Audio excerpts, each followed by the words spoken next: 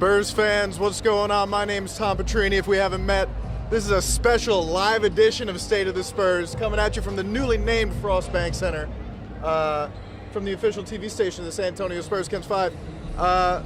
Just a normal opening night, nothing special, nothing crazy, right? Run-of-the-mill opening night. Totally normal. Yeah. But obviously, seriously, we're here. We're here anyway, but everybody is here. Very excited to see Victor Wembanyama, Nate Ryan, everything that we saw from this kid in Summer League in the preseason. Is he maybe even better than advertised? It's pretty remarkable. It just goes to show what one player can do, because the Spurs back on April 9th wrapped up a 60-loss season under Greg Popovich. That was last year. And in the 5 months that have, consequently followed, here we are on opening night, and the Spurs and Mavericks, the same two teams, are playing the most hyped NBA opening game in recent memory. It's quite incredible what Victor Wembanyama has done and will continue to do for this city. And Casey, I remember back to opening night last year. Yeah. You and me went down there after the game, after they lost by like 40 to Charlotte. Yeah. And said, man, it's going to be a long season. Yeah. A little different vibes this time. Yeah. It's slightly different. Which mic am I talking into? That one. We'll talk. We'll take this one. Yeah, it's funny because you and I basically did exactly that. We took in the fact that was one of the worst performances all year. It just happened to be on the first night of the season. It's like, hey, listen, we got 81 more of these left to go. So buckle up, get comfortable with the sole intent of having the night that we're having tonight. Yeah, now it's the same thing. Yeah, the 14% same thing. 81 more of these, just you got to say it way more excited. Yeah.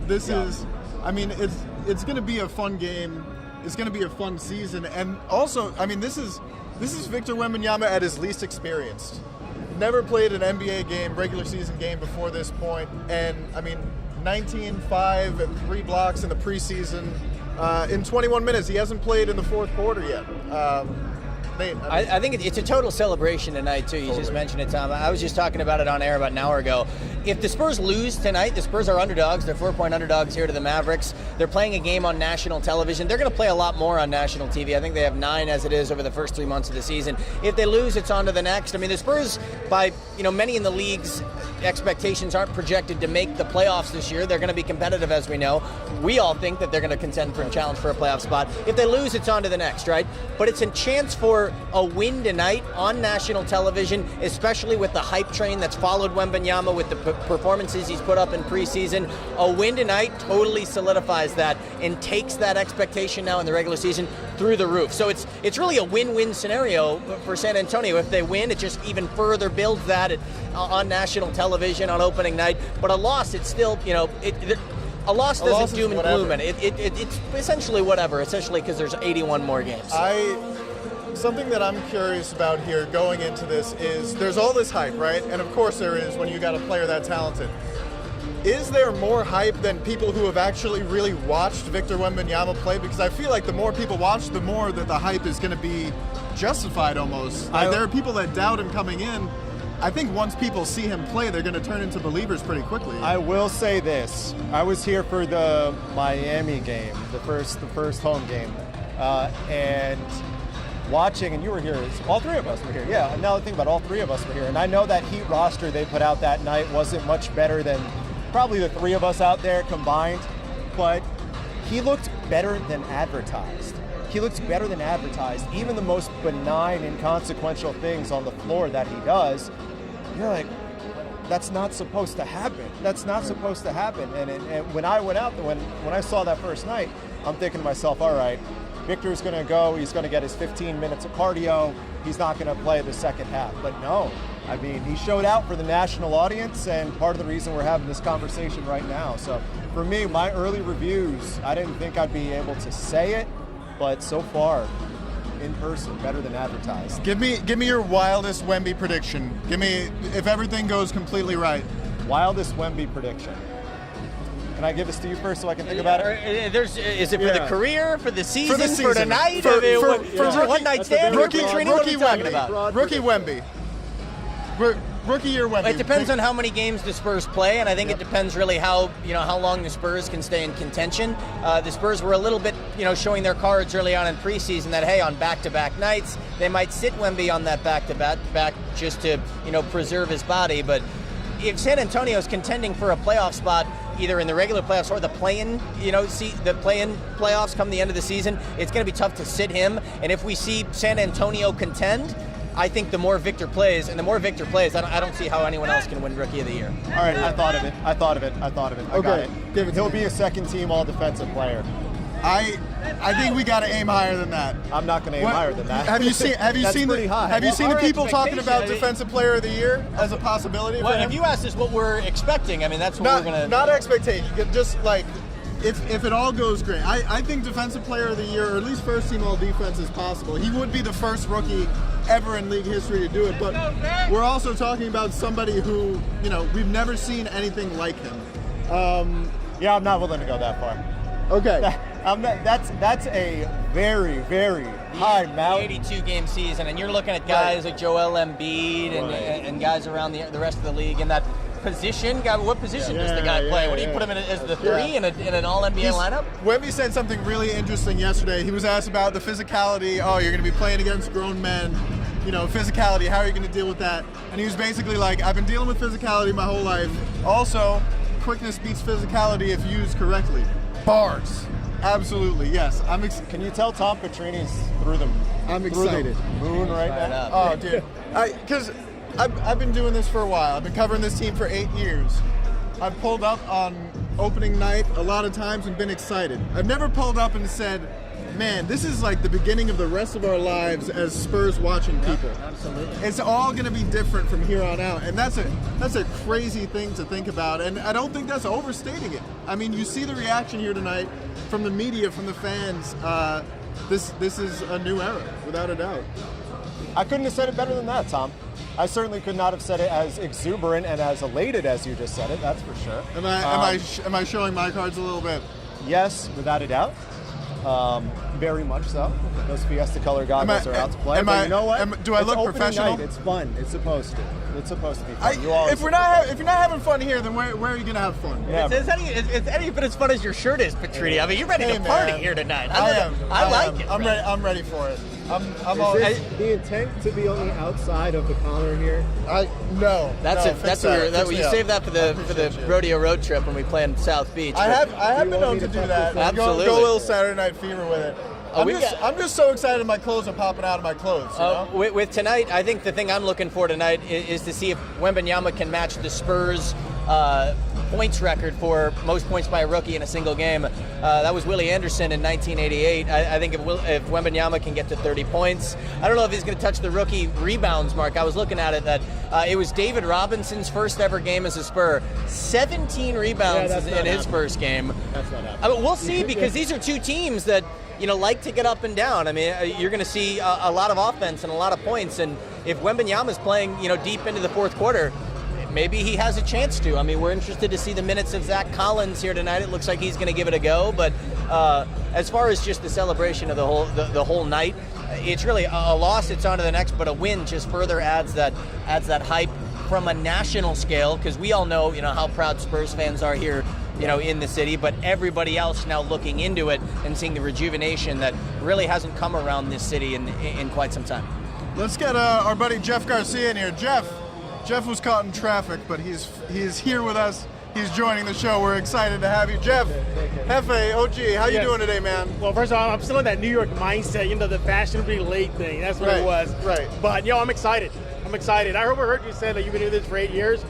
Yeah, I remember when Tim You've been here longer, man. You've been here longer than all of us combined. Yeah. Can you ever remember it being like this in terms of the hype? The closest was Timmy D at Alamo Plaza. They had a big celebration for him. They put him on top of a platform in the middle of Alamo Plaza, where the Christmas tree usually is. That's where they put him. And then after that, it was just the cheers. Robinson, not even for David. they introduced him in the old Hemisphere Arena to a smattering of applause. But this is different. This is something San Antonio has never experienced ever. A player potentially of this magnitude. So I'm looking forward to it. I want to see how the Spurs organization handles that type of player, how the city is going to deal with that type of attention to just the city itself and the team. I feel like I'm going to be a nerd real fast, everybody. There's a line in a Transformers movie where they ask the old robot, "Hey, have you ever seen something like this before?" And he's always talking about old stories going against the Decepticons. And he says, "You know what? I've never seen anything like this in my life." So that's why I feel like right now. I feel like I've never seen anything. Completely unique. And speaking of unique, the Spurs starting lineup. Greg Popovich kind of going outside the box a little bit, going big. Nate, your thoughts on Point Sohan? It's the Spurs are one of the tallest teams in the NBA, an average height of 6'6". But that's happening tonight. Point Yep. Sohan's happening. yeah, Point Sohan's happening Greg Popovich tonight. confirming that here tonight. They meshed really, really well in the preseason. Sohan got a couple, runs at point guard last year, but it's especially in today's modern NBA when you're seeing guys handle. I don't think it's something where whoever clears the rebound is looking for Sohan to clear it and run the floor. I think a lot of times you're going to see whoever gets the rebound will bring it up right there and then themselves. And I think that's going to be a lot of the identity of the Spurs team is leaking out in transition. As soon as that ball hits the rim and someone else grabs it, everybody else is leaking out, particularly Victor Wembanyama, where you see him start boxing out. I mean, defensively, what it really allows him to do is switch almost everything. If you've got, guys who are at their shortest 6'5", you can't really punish Wemby on a big switch because he's just going to have on a 1-4 switch. Okay, Sohan's taking the big guy now. Yeah. And Wemby made it very clear. If you saw the NBA app feature NBA rookies, I need your autograph later too for that. Somebody's He came out on that NBA app. Yeah, Wemby made it very clear in that interview. He says, "Don't box me in. I can do whatever is needed." So you're going to see the Spurs really tap into that. And if you mentioned he wants to run out, he's going to run out. He wants to bring back the old 4 down, he's going to bring back the old 4 down. So I like the versatility that he brings. Absolutely. Casey, any thoughts on Point Sohan? We'll see how it goes. We'll see. I know that sounds very general, but I know this is something, Jeff, you and I have talked about on Locked On, is that Victor is such an anomaly with what he is. He presents the opportunities to do the abnormal. 5 years ago, the idea of playing someone that's not a traditional point guard at point guard, starting at point guard for Greg Popovich, that's unheard of. You would never do that. But that's the luxury of having Victor do things to complement the skill set, positionless basketball, as opposed to your classic 1 through 5. And I want to follow up on that because the idea of positionless basketball as far as any other player running it, the point, has been in the works for quite a while. Keldon Johnson, he was tasked to run the point with the Austin Spurs. Bryn Forbes, I wonder what those cheers are about. 1 second. Eggs, can we get in? We got a little. Yeah, there we go. There's a stir in the arena. Wonder what that's about. Oh man, that guy's really tall. Oh, I thought that was for Casey and being featured look on at the how tall NBA that app. guy is. Yeah, they just showed Casey on the jumbotron. Is what that was. Yeah, I think that's what it was. Yeah, no, that's why everybody was cheering, man. They're here for you. Why else do you think that everybody was here, man? Yeah. But the point is, so they've been tinkering with the idea of a big guard. So obviously they tinkered with the Sohan last year. They're going to run with it, at least for tonight. Keldon Johnson was tasked to run the point guard in Austin, and so was even guys that were never even played the position. Remember Bryn Forbes? Yeah, he was tasked to run the point guard. So the idea of a positionless basketball has been in the works. So real quick, tonight, stat line, Wemby, Nate, go. I'll give you 28 points. I'll give you 11 rebounds. I'll give you 6 block shots, 4 assists. 6. All right. Okay. Casey, what do you think? I got to let that marinate. Yeah. That's good. We'll go 22, 9, 4 blocks, 3 assists. All right. Word. Hefe, what do you think? I'm going to go with even 20 and 10 and 4 blocks. I think we're going to see 32 points, 7 rebounds. I don't think he's going to rebound a lot. I think he's going to play a lot more on the perimeter. 32, 7, 5 assists, and 5 blocks. And whatever happens, like Nate has said, it's all gravy, man. We got 81 more games of Victor exactly. Wembanyama as a rookie, and then it's just more Victor Wembanyama in a Spurs uniform for hopefully a very long I time. just saw the alert. Where'd it go? Oh, what do we got? And it said Luka is going to play tonight. Yes, All right. Luka Doncic playing tonight. Yeah. He was listed as questionable before. Luka Doncic, Kyrie Irving. Yeah. Wemby has never played against players that talented. On both ends of the floor, it's going to be really interesting to see how he handles that moment. And just a quick little historical note about these two teams. It didn't matter if the Spurs were the top of the world or the bottom of the barrel, as we saw last year, and Dallas, wherever they were at. 20 of the last 28 games, Dallas and San Antonio, been decided by single digits. So they fight. It's a brawl. In-state rivals, man. Yeah. Some quick mailbag questions from you guys. A bunch of questions about this on this Spurs team this year. Who are you most comfortable with taking the last shot, Nate Ryan? Taking the last shot? Last shot of the game. Devin Vassell would be my go for that, especially off the bounce, now fully healthy, led the preseason in three-point shooting. Now that he is at full strength, I think we're going to see a massive leap from Devin Vassell. One that won't surprise a lot of us. It's just the fact that he's healthy, he's added a lot of muscle. I wouldn't be surprised if he leads the team in scoring. Yep, I'm with. That's a good pick.